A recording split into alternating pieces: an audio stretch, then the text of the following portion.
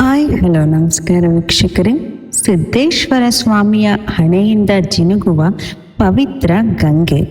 ಹಾಸನ ಅಂದರೆ ಕೇವಲ ಹಾಸನಾಂಬೆ ದೇವಸ್ಥಾನ ಅಷ್ಟೇ ಅಲ್ಲ, ಈ ದೇವಸ್ಥಾನದ ಆವರಣದಲ್ಲಿ ವಿಜ್ಞಾನಕ್ಕೆ ಸವಾಲೆಸೆಯುವ ಮತ್ತೊಂದು ಅದ್ಭುತ ಪವಾಡವಿದೆ. ಸಾಕ್ಷಾತ್ ಈಶ್ವರನ ಅವತಾರವಾದ ಸಿದ್ದೇಶ್ವರ ಸ್ವಾಮಿಯ ಈ ರಹಸ್ಯ ನಿಮಗೆ ಗೊತ್ತಾ? ಇಲ್ಲಿರುವ ಶಿವನ ವಿಗ್ರಹ ಅತ್ಯಂತ ವಿಶೇಷವಾದದ್ದು. ಮಹಾಭಾರತದ ಕಾಲದಲ್ಲಿ ಅರ್ಜುನನು ಪಾಶುಪತಾಸ್ತ್ರಕ್ಕಾಗಿ ತಪಸ್ಸು ಮಾಡಿದ್ದು ಇದೇ ಸ್ಥಳದಲ್ಲಿ ಎಂದು ನಂಬಲಾಗುತ್ತದೆ. ಇಲ್ಲಿ ಶಿವನು ಲಿಂಗರೂಪದಲ್ಲಿಲ್ಲ, ಬದಲಿಗೆ ಭಕ್ತರಿಗೆ ದರ್ಶನ ನೀಡುವ ದಿವ್ಯ ಭಂಗಿಯಲ್ಲಿದ್ದಾನೆ.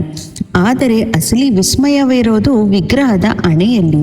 ಸಿದ್ದೇಶ್ವರ ಸ್ವಾಮಿಯ ಹಣೆಯ ಭಾಗದಿಂದ ಸದಾಕಾಲ ನೀರಿನ ಹನಿಗಳು ಜಿನುಗುತ್ತಿರುತ್ತದೆ. ವರ್ಷದ 365 ದಿನವೂ ಆ ಜಾಗದಿಂದ ಹನಿ ಹನಿಯಾಗಿ ನೀರು ಬೀಳುತ್ತಲೇ ಇರುತ್ತದೆ. ದೇವಸ್ಥಾನದ ಒಳಗೆ ಯಾವುದೇ ನೀರಿನ ಮೂಲವಿಲ್ಲದಿದ್ದರೂ ಈ ನೀರು ಎಲ್ಲಿಂದ ಬರ್ತಿದೆ ಎಂಬುದು ಇಂದಿಗೂ ಬಿಡಿಸಲಾಗದ ನಿಗೂಢ ರಹಸ್ಯ. ಲಕ್ಷಾಂತರ ಭಕ್ತರು ಇದನ್ನು ಗಂಗೆಯ ಅವತಾರವೆಂದು ನಂಬುತ್ತಾರೆ. ನೀವು ಎಂದಾದರೂ ಈ ಅದ್ಭುತ ದೃಶ್ಯವನ್ನು ಕಣ್ಣಾರೆ ನೋಡಿದ್ದೀರಾ? ಕಮೆಂಟ್ ಬಾಕ್ಸ್ನಲ್ಲಿ ತಿಳಿಸಿ.